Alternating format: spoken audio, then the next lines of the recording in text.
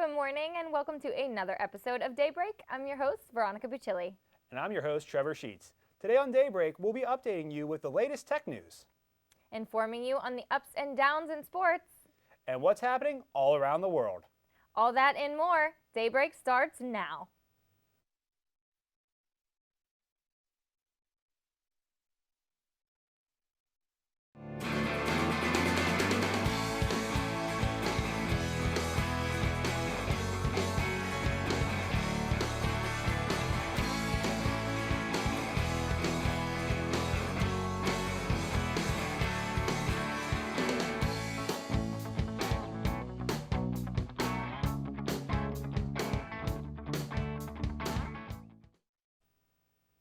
Welcome back to Daybreak, and I don't know about you, Trevor, but this is my favorite time of year. I think we had talked about this earlier because it was the most perfect day today. So comfortable outside with a nice breeze, a little bit of chill in the air, and I loved it. Like I told you before, if I can wear this and not break into a sweat, it's a good day. So, Danny, what's the rest of this weekend look like? Can we look at temperatures like this more, or what's going on? Hi, so it's going to be mostly sunny on Monday, and it's going to be in the lower 60s. Winds are going to be at 2 miles per hour, so for me it's going to be cold because I'm from Florida, so it is what it is. You might want a jean jacket here and there, or a hoodie, depends on what your style is, but hey, everyone's choice. And throughout the week, it is going to be 65 on Monday, and on Tuesday and Wednesday, it's going to be in the lower 70s. It's still going to be cold, and then on Thursday, Friday, and Saturday, it's going to be partly cloudy, and it's going to be in the 60s.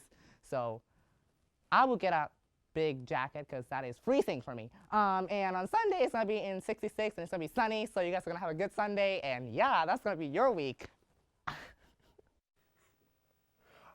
I say, first off, Danny, if you think 60s are cold, just wait till you hit January. You might turn into a popsicle. I'm just in awe and shock that he thinks that that is cold because that is perfect for me. Lovely. It's lovely weather. It's lovely fall weather in Pittsburgh. Definitely. I can't wait. I'm going to wear a nice little jacket and we'll be good to go. Well, let's see what's happening around campus and other news. On Monday, Point Park students had the opportunity to listen to 3 of the top political reporters in Pittsburgh. KDKA TV's John Delano, the New York Post's Selena Zito, and the Post-Gazette's Chris Potter all talked to students about their presidential campaign trail experiences. Delano noted that Pennsylvania is a battleground state in this year's presidential election.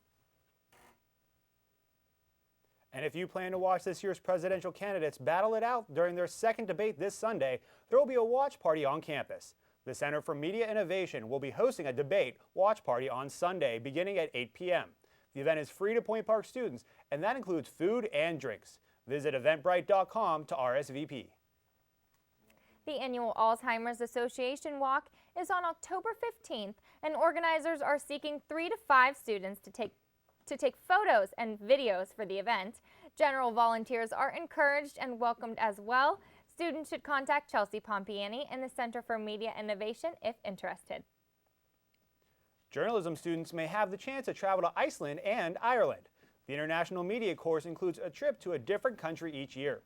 Students enrolled in the class who are interested in traveling should contact Helen Fallon and attend the meeting on October 19th in 409 Lawrence Hall at 3 p.m. The overseas visit will be 13 days long. The dates and costs will be announced at the meeting. Well, that's it for campus news. Now let's go to Vinnie Ferrainola and see what's going on in the world of sports. Vinnie? Thanks, Veronica.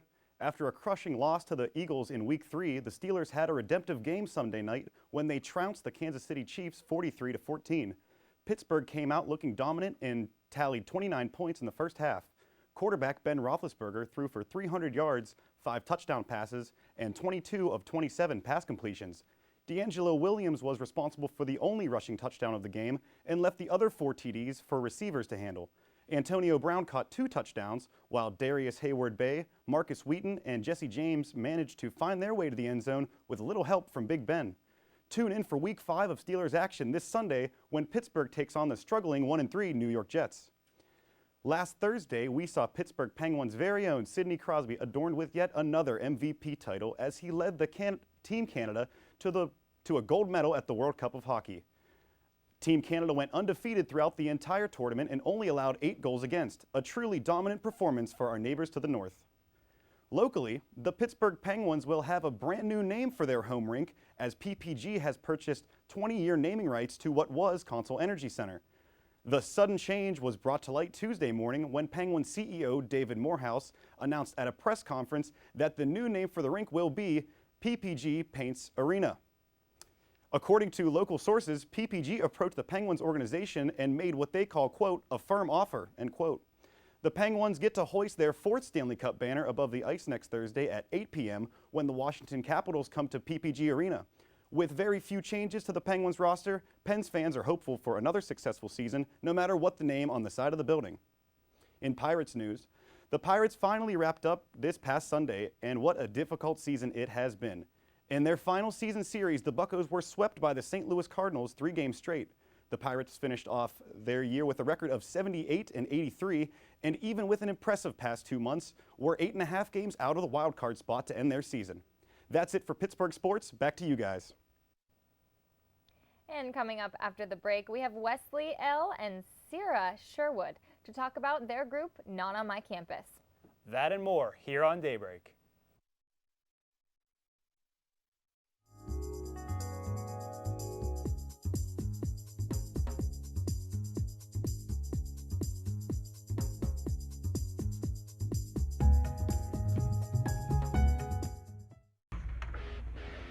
Here on the Pioneer Sideline, we talk a lot about sports in the studio, but it's beforehand when the conversation is actually interesting. I hope I have enough powder on. I don't want to be too shiny on camera. No, Trevor, I think it looks good. Every week you pull it off. Ah, thanks, Phil. Man, your hair looks great tonight, by the way. You sure? Yeah, I mean, I got a new haircut, but it looks alright. Hey, guys. Does this make me look fat? No, you look great. You look good. Yeah, Kyle. Thanks. That was really... Sports! Yeah! Ever wanted to be behind the mic and have the world listening to your show on campus? Well, it's just as simple as joining WPPJ, Point Park's student-run radio station, located on the 2nd floor of Lawrence Hall, right next to the dining services. Listeners can tune in using Point Park's website or through the TuneIn app by searching WPPJ. WPPJ welcomes any new DJs that want to get involved, so be heard. Do you have what it takes? Well, no one showed up to the show tonight. Follow my lead. In 3, 2, take 2, open mics, cue talent. Good evening and welcome to UView News. I'm Josh CROUP. We begin with breaking news out of West Penn Hall. Ready 3, take lower 3rd. Traffic is backed up in the West Penn elevator line after elevator 1 broke down on the 7th floor. Lose lower 3rd.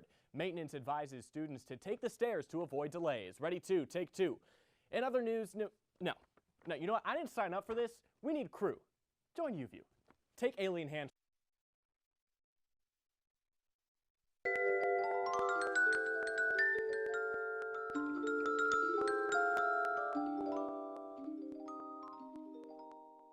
Welcome back to Daybreak.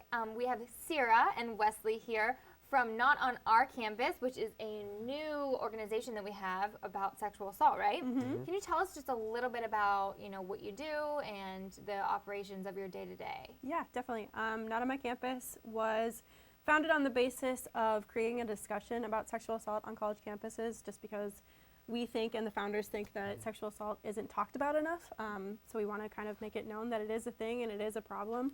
And also we just want to make sure that everybody on our campus feels safe and supported at all times, no matter if they have been affected by it directly or indirectly. We want to be a support system for everybody. And also just to make it known that sexual assault is never tolerated on our campus under any circumstances. And this, I know you guys just started last month. USG approved you guys as a club and everything. But you've already had like your first initiative to kind of bring awareness up. So talk about that a little bit. Yeah. We did a photo campaign with our resident educators on campus where they held their hands up. That's Not on My Campus's trademark, is you write Not on My Campus in Sharpie on your hand and declare that it's not going to happen here. And so we did a really cool campaign with all 25 of the REs and put them on all the residential floors on campus so that when everybody moved in, they saw from the get-go that we are not going to tolerate it here. So. Yeah, and I definitely agree that sexual assault isn't talked about enough, because even for me, I'm like, does it really happen? How often does it happen? And apparently, I mean, with Lady Gaga and a few other celebrities have brought it to light. So it's being talked about more. Awareness is coming about. But what is the cause and the action that we need to be taking as students? Is it like bullying? Do we speak out against it? Or what do you guys suggest as far as an action goes? Our hope is that we'll be able to educate our students and our faculty enough to the point where they don't feel like they have to be a bystander in a sort of what we say like a risky situation. So we want to make sure everybody feels empowered enough to take action if they feel safe enough to, or if they feel like they can. And inform them of the resources to go to. Right. And yeah, so just the contact information of where you can go to get support if, God forbid, it does happen to somebody, but also if you see it happening, you can go to someone in order to prevent it from occurring. Right. And you kind of mentioned my next question. So what are some of the resources students can access if they see something, if they're involved, if they're a victim of something? Where can they go? Pittsburgh Action Against Rape, PAR, here in Pittsburgh, is an amazing resource. They have a 24-hour hotline. And then Elizabeth Lib Rosemeyer is the Title IX coordinator for Point Park University, and she's also our advisor for Not On My Campus. Yeah, and then just any of the REs have been trained of where to take you. We are trained and we know where to take you in case something like that happens. Right. Now, can you define sexual assault a little bit? Because, you know, is it just touching inappropriately? You know, just elaborate a little bit on that, because like I said, I think it's still a new thing that it's coming to awareness for a lot of people. So just explain a little bit, maybe define it a little more for us. Yeah, sexual assault kind of falls underneath anything from inappropriate touching or harassment. It can be verbal, physical, anything in that general area, to things as far as rape and more serious counts of assault. So anything that kind of falls under the umbrella of not wanting somebody to approach you or touch you or talk to you in a certain way, that's kind of how we define that. If there's not consent, it's sexual assault. Exactly. So, but now what if I'm walking down the street, you know, and someone's saying, you know, cattle calling, kind of, is that considered sexual assault? And what would categorize that as sexual assault? Catcalling falls under the umbrella, and so part of our movement is saying we're not going to tolerate that here, because that's unwanted verbal assault and it happens a lot more with women than it does with men. But when that occurs, especially walking down the street, you know, that's unwanted verbal assault. And we want to say, we're not going to tolerate that here, and tell people that that is something that is completely wrong and completely inappropriate in any situation. Yeah, that's super empowering. Yeah. And then do you have any other plans for more initiatives or any sort of events or anything like that coming up? Yeah, right now we are in kind of the beginning processes of planning a movie night. We'd like to do a screening of this documentary called The Hunting Ground that was just released on Netflix. And it kind of tells the story of these women who go around to different colleges and do some research and some studies about how much sexual assault is really happening around our country, and kind of just to expose the bigger issues behind it. So we'd like to do a screening of that hopefully sometime later this month, and probably do a photo campaign to go along with that. Nice. And then next semester we're going to expand into community outreach and try to get a lot of local restaurants involved in April, which is Sexual Assault Awareness Month. And so we have a plan to do a coaster campaign. So we're going to try to get a bunch of local bars and restaurants to use Not On My Campus, Title IX, and PAR coasters. Great. So whenever someone puts it on the bar, you know, they will have our information and kind of spread the word. Right. That sounds awesome. Just give us a quick Social link. media plug? Yeah.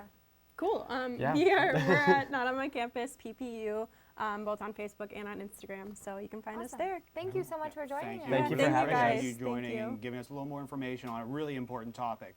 But when we come back on Daybreak, we'll have news for you that you can use. So stay tuned to Daybreak.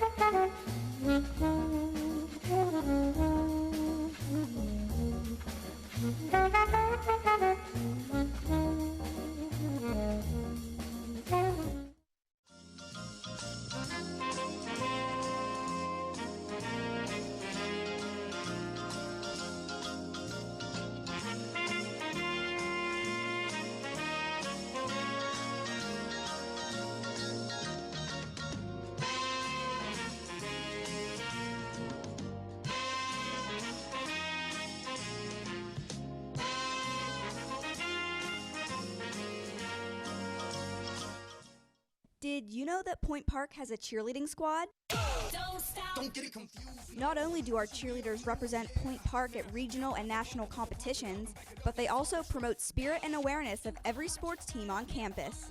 Come to any men's or women's varsity basketball game at home to watch the cheerleaders perform at halftime and cheer from the sidelines from the first jump ball to the final buzzer.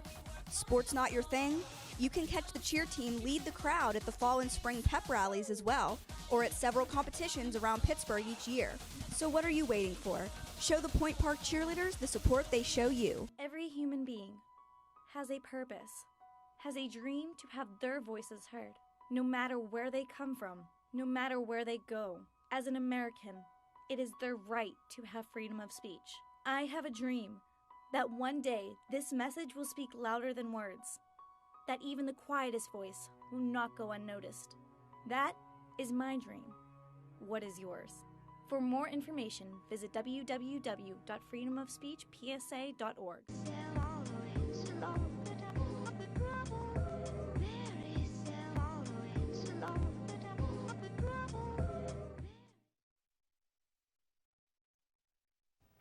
Welcome back to Daybreak, and here's your city news. With opioids being such a major concern across the state of Pennsylvania, Point Park police are taking steps to help prevent overdoses. The drug Narcan, which is an antidote to opioids such as heroin, will now be available to officers around campus. Narcan will be housed in buildings that are central to Point Park's campus, as well as in the Point Park police patrol cars. According to President of Students Affairs and Dean of Students Keith Palo, this move is more of a preventive measure, stating, quote, "It doesn't mean that we believe we have a problem, because we don't. But it is my and Student Affairs philosophies that our student safety and health comes first," end quote. There was a special speaker at last week's United Student Government meeting. Pennsylvania Senator Wayne Fontana spoke about the risk of schools going under if the Association of Pennsylvania State College and University facilities go on strike. While Point Park is currently not one of those schools at risk, other schools include California University of Pennsylvania and Slippery Rock University. They would be affected by the strike.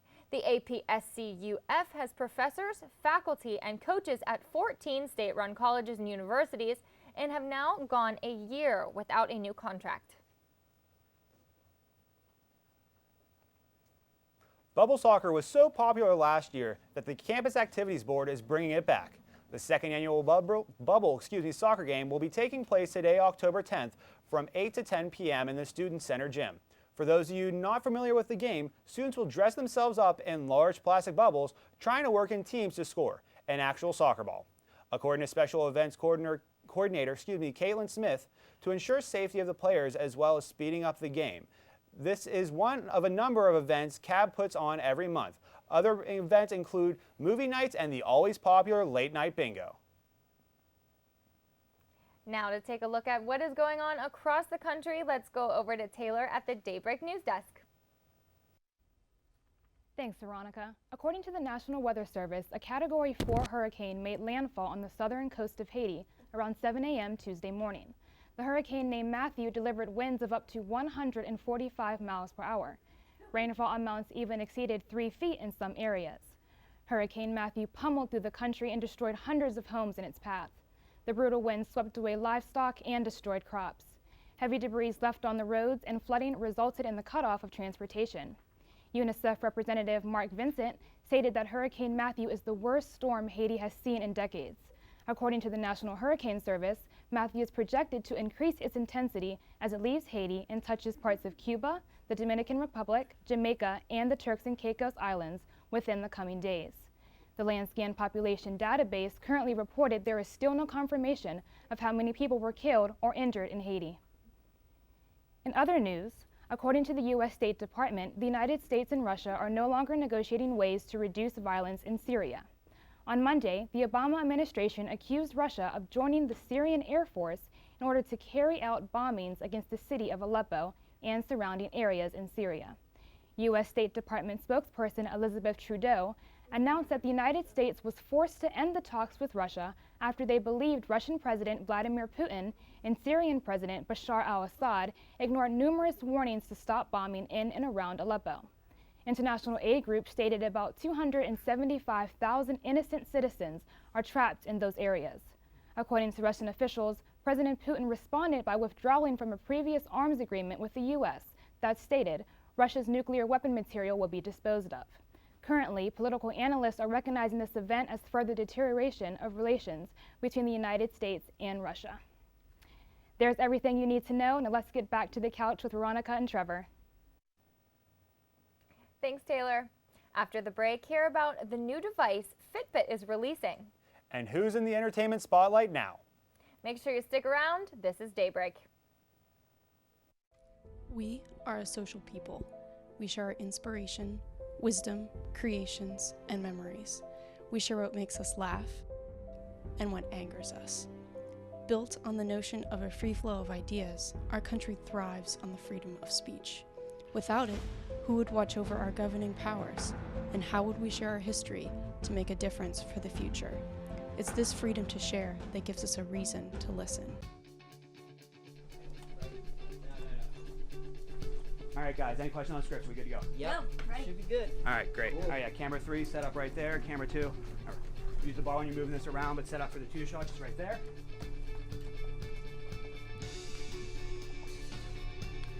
Weather, how we doing? It gon' rain. Perfect.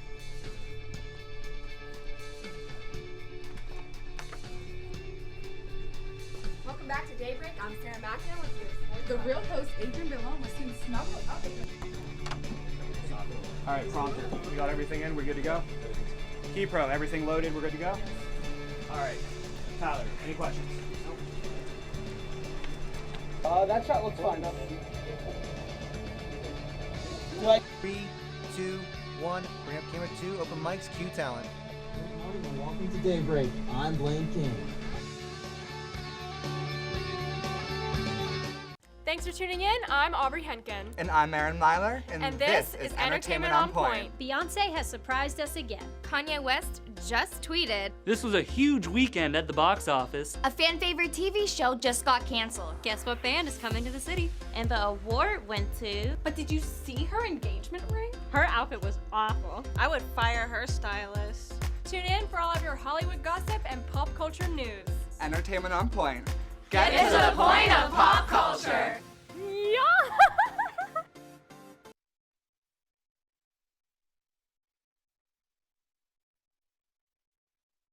The highly anticipated Fitbit Charge 2 was released this month with many new features and upgrades for its users.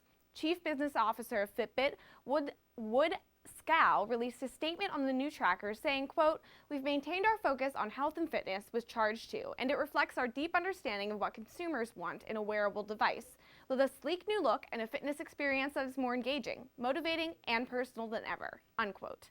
New features of the device include a larger display screen, making it easier for the wearer to read the time, check notifications, and read text previews. The screen also displays caller ID and has a new feature that wakes the screen when you raise your arm.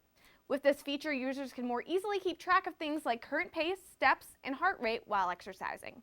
In addition, instead of a generic exercise mode, you can now specify your workout by choosing from the 19 options available under the multi-sports mode.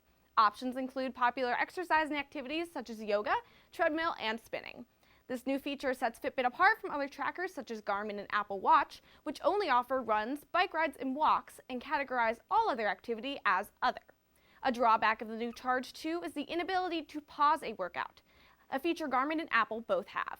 You also can't sync your activity to Google Fit or Apple's Health app since their companies have competing products.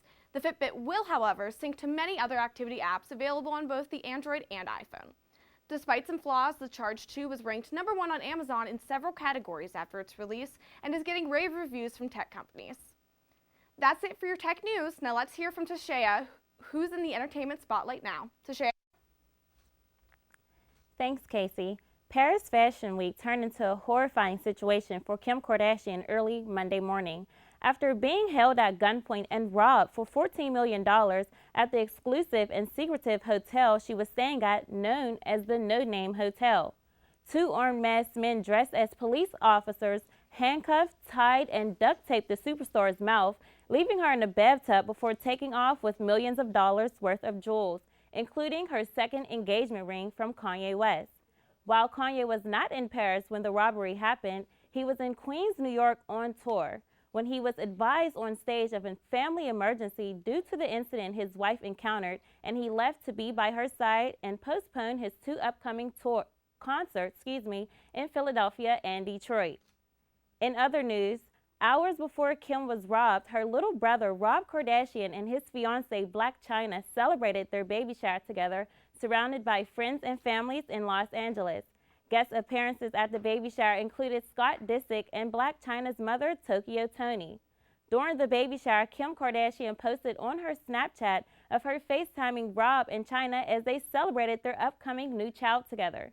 None of the Kardashians or Jenner sisters attended Rob's baby shower, but a week prior, they gave Rob his own baby shower, which stirred up some tea, with Rob Kardashian lashing out on Twitter and posting his little sister Kylie Jenner's phone number. Well, that's enough Kardashian gossip for the day. I'll see you next week for the latest news and trending topics. That's all I have for you this week. Let's go back to the couch. Guys?